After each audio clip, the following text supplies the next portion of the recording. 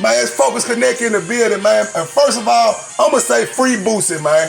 Because when you see the circumstances surrounding this case, you can see they trying to railroad Boosie. As we know, Boosie was locked up for having a firearm behind his back at the video shooting in San Diego, in which Boosie was about to take a guilty plea on that charge. Boosie was not about to put that charge off on nobody else. He wasn't trying to say that that wasn't his firearm. He probably initially was when it first happened, but once Boosie saw what they had against him, Boosie was actually about to plead guilty in court on that charge before the feds picked that charge up. That case was not getting dismissed. There was not a matter of fact to where they didn't have enough evidence to charge Boosie. It wasn't none of that. The world have changed. So anybody who really speaking up with a voice that's going against the status quo, man, they don't like that. And then you got a lot of people speaking up on all the law saying this, this what the paperwork say, this, that, and the other. But when a person got a personal vendetta against you, man, they'll figure out a way to charge you with something just to get you.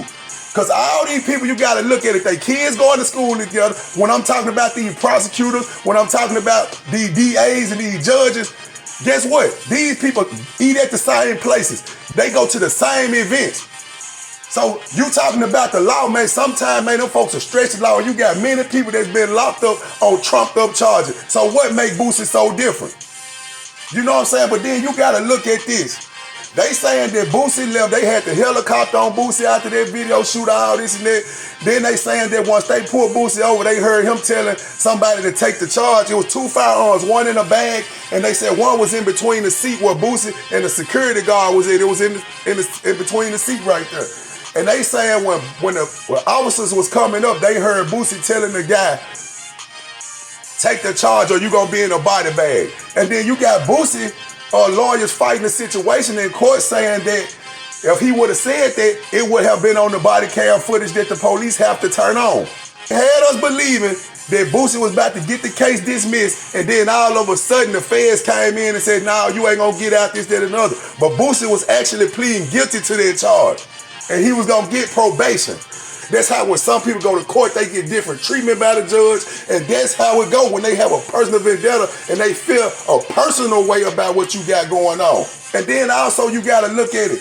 Boosie got in court, they gave Boosie a bond, even though the feds took this charge. He got a bond on that charge, and then now they tell him he gotta wait because some motions been filed by the prosecution side to where they gotta do some more digging to prove to the judge why he should be stay locked up, which they said initially he a flight risk, this stuff like that. But how you a flight risk when you come into court on every court date?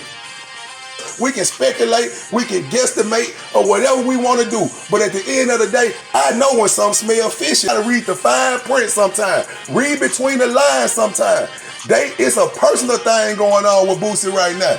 Because if you just go by what he got caught with, he tried to take a plea, this, that, and the other, Boosie should be out right now on probation. And we going by how the law really actually worked, but for the feds to pick this charge up, why was a gun charge so important to the feds against Boosie? Sound personal to me. Or unless they got some more charges they got swept under the rug that they waiting, that they were just trying to have him sitting there while they do a little more research on those charges. Right now, he being held. After he was granted a bond, he being held while they give these people time to try to put a little paperwork together to say why he shouldn't be out.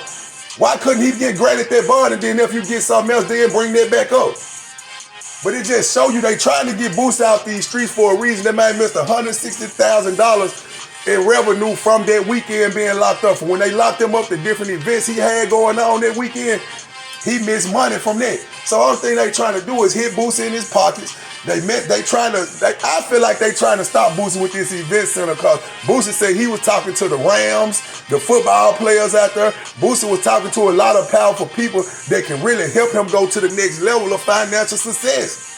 They can at least let the man out so he can continue with his business endeavors. Whatever got to go on as far as him with this legal situation, let the chips fall where they may.